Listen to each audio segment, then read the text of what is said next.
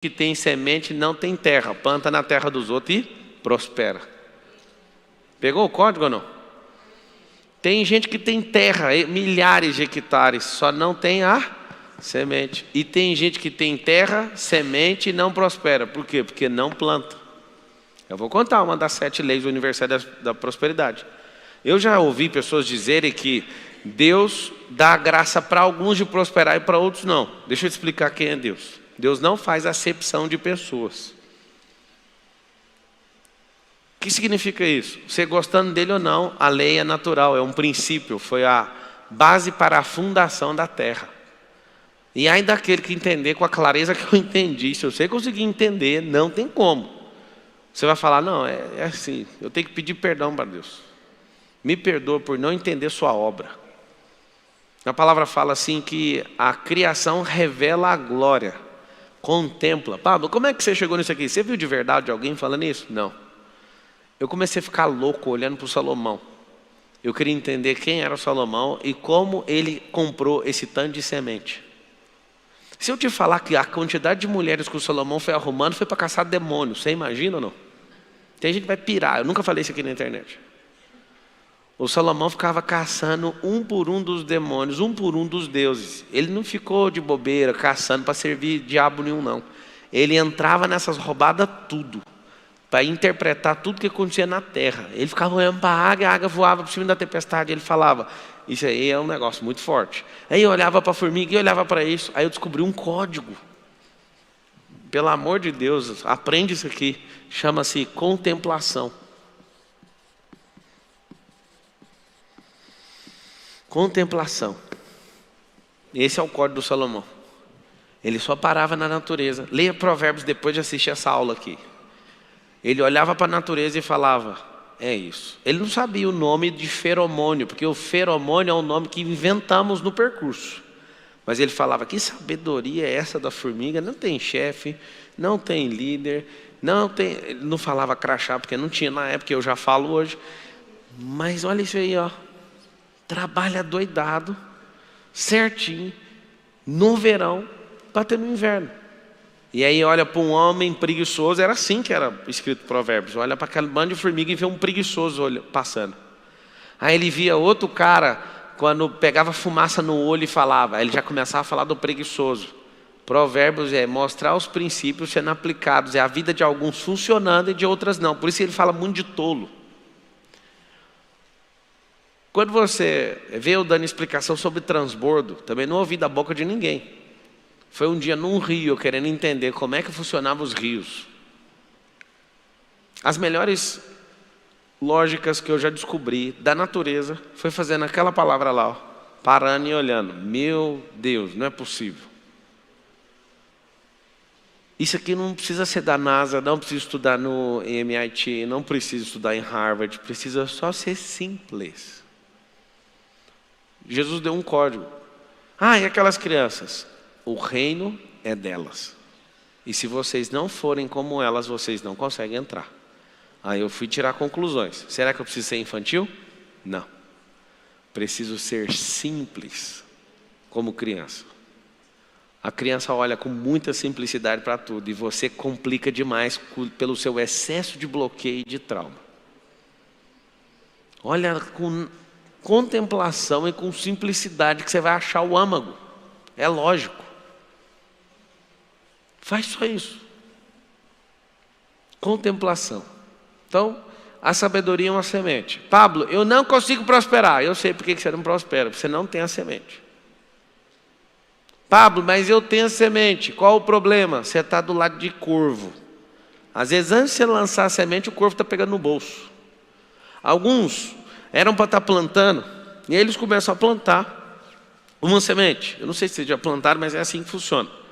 Vai um na frente abrindo um buraco, vai o outro atrás jogando a semente. Se tiver só 2, o segundo tampa. Se tiver o terceiro tampa. Às vezes a gente vai plantar milho, a gente planta milho cruzado, 2 sementes juntas. E aí a gente vai, ou então a gente vai com uma matraca, enfia na terra. E vai fazendo isso. O que acontece? A maioria dos senhores, por não entender a exponencialidade que uma semente carrega, faz o seguinte. Você planta, aí vem um corvo. você já começa, só de você parar para olhar o corvo, você vai deixar de plantar uma carreira gigante. Aí você olha, tá. Quando é fé, o corvo pega aqui, você com a aljava, que era para ter lança, flecha, tá cheio de semente carregada. Aí você olha para o corvo roubou uma semente. Você larga a plantação e vai atrás. E fica dias atrás desse corvo. Eu não admito, isso é injusto, eu trabalhei. Continua plantando, amigo. Quando você entender o que é prosperar e o que é riqueza, uma semente volta 1000, a que você correu atrás já foi. Quando você começa a entender também, outra coisa muito grave que você vai aprender no meio do caminho, é que a natureza tem a sua própria parcela nas perdas. Quando a palavra diz assim, Deus alimenta os pássaros, que Deus faz isso, que Deus faz aquilo, a própria natureza é dona daquilo que você está plantando, por isso não corra atrás do prejuízo, isso é coisa de idiota. Prejuízo já foi. O rio está descendo para o mar. Quando você toma um prejuízo, o prejuízo nunca sobe o rio, o prejuízo desce o rio, até chegar no mar. Era para você estar subindo as correntes, você começa a descer atrás de algo que já não é seu mais. Deixa embora. Eu sou formado em Direito. E quem estudou Direito sabe que a nossa formação é para aprender a ferrar os outros. Não adianta querer falar que é puro, porque não é. Você quer discutir no restaurante, você quer seu direito em todos os lugares. E aí o que acontece? Eu, Pablo Marçal, nunca movi um processo contra ninguém. E estou achando até interessante esse processo eleitoral, não sei se você sabe, mas ontem o PROS juntou lá um documento e aí eu peguei de volta meu mandato. Está comigo de novo, mas a gente já sabe que nós estamos... Aqui é o Brasil, a gente vai ver mais alguma cena que vai acontecer. Resumindo, eu estou em paz, mas uma coisa eu estou estranhando. Eu nunca fui para o ataque, nunca fiz nada, nunca fui atrás de ninguém. Uma das coisas que eu quero escrever na minha lápide é: Marçal viveu nessa geração e não processou ninguém. Nunca movi um processo contra a pessoa. Já tomei vários. E fico em paz em todos. E eu vou te falar. Por que eu não faço? Eu pus um alvo dentro do meu coração. Eu prospero tanto que eu não tenho tempo com picuinha. Ah, pá, mas o cara te deu um prejuízo de 1 milhão. Só. Eu aprendo rapidinho. Você deu um prejuízo de 1 milhão, é só uma vez. Deu prejuízo de 10 reais também, foi só uma vez. O seu prejuízo para mim é um diploma. Eu gosto de pôr ele na parede, para não fazer seu curso mais. Quem aqui formou numa faculdade e quer repetir para pegar o mesmo diploma? Você quer? Para de ficar correndo atrás disso, é correr atrás de corvo. Lembra que corvo precisa de pegar da sua semente, porque ele não é produtor, ele não planta. Entende? Então esses que ficam atrás são corvos e você tem que deixar eles em paz, deixa eles pegar uma parte. Tanta gente perde a vida por causa de um assalto. Porque fala, não vai roubar meu carro. Isso é só uma semente, deixa embora. É só um corvo que quer levar. Você sabe por que o ladrão carrega? Eu também já contemplei isso é forte. Eu olho para o ladrão e eu sei o que ele está fazendo quando ele rouba uma pessoa. Um ladrão, quando está roubando alguém, ele está mandando um recado para Deus. Isso é muito forte. Ele está falando assim: Deus, eu não confio na sua provisão, porque o Senhor deu provisão para essa pessoa e não deu para mim. Eu vou afrontar o Senhor tomando a provisão que o Senhor deu para ela. Esse é o recado que um ladrão dá para Deus todo dia. Ele não confia na provisão de Deus, então ele fala: como o Senhor não proveu para mim, proveu para ele, minha briga é com o Senhor. Aí pega um coitado do meio da rua e toma dele. O que você faz? Descobre a essência das coisas, você não ser escravo de nada, nem de ninguém. Sabedoria prospera, te dá fruto. Fique em paz. Quem não produz vai te roubar. Só que você produz tanto que isso não serve de nada, essas pessoas te roubando. No percurso você não pode parar. E a maioria desiste. E aí eu vou te contar essas 7 leis universais da prosperidade, porque eu nem comecei, mas eu tenho que te contar. Prosperidade é crescer, ponto final. Quando a gente falar de princípio, nós estamos falando de uma coisa: matéria-prima da criação. O que é o alvo que eu quero que você tenha no seu coração antes de virar esse ano, para você prosperar igual um foguete da SpaceX, que da NASA parou de prosperar? Até o final do ano, pelo menos os 40 principais drivers mentais, que você tenha plena clareza do que significa cada coisa. Quando alguém falar para você assim, ó, dinheiro, como é que você chama? José? Josué. É o mesmo nome, né? Josué e José é o mesmo nome. Na raiz, né, do nome. Me fala uma coisa. O que significa dinheiro para você? Hã? Provisão, desejo? Olha, ele começou falando desejo. Você acertou no hebraico o que significa. Dinheiro realmente é desejo no hebraico. Mas aí você fala, qual que é a outra que você falou? Provisão. Aí eu te faço a pergunta, por que eu falo para você contemplar? Para você sempre usar a lógica. Se faltar dinheiro, faltou provisão? Então não é provisão. Certo? E se faltar o desejo? Tem como eu desconectar o desejo do dinheiro, sim ou não? Tem. Tem gente que tem muita grana e não tem um desejo de nada, só dá ordem. Faça, ou então escolham por mim.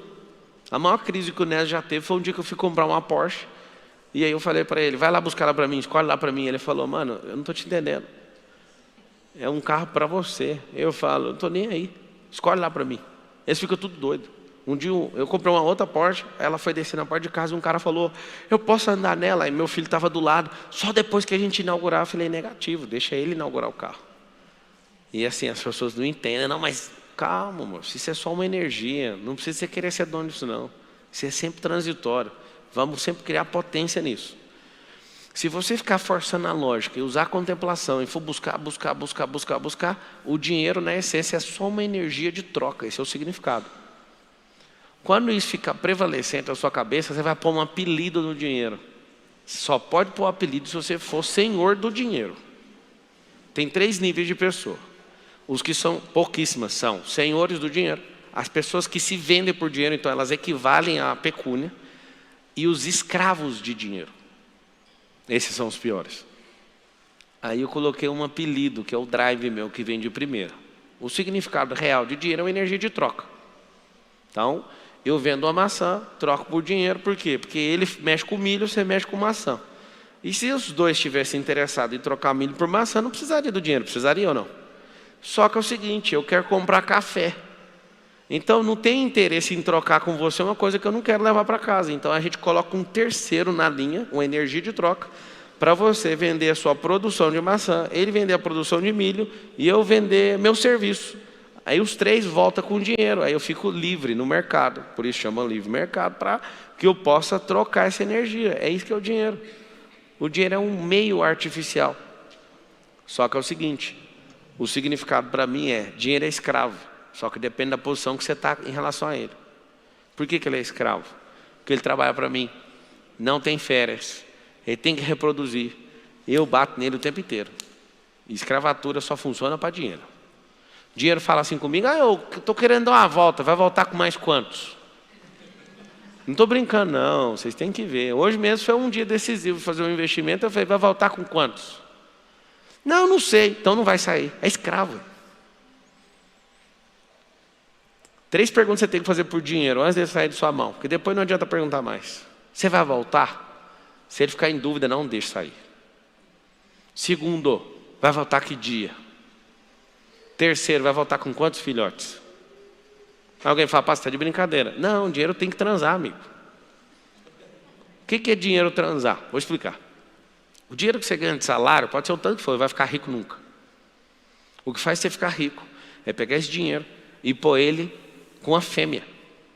A aplicação é empresa.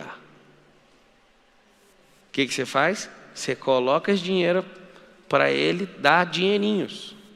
E o grande segredo da vida é pegar esses filhotes e pôr eles para engordar e crescer e continuar fazendo o mesmo circuito. Por que eu estou te falando isso? Vocês aprenderam a trocar um mês de trabalho numa maçã. Escuta isso aqui que é forte.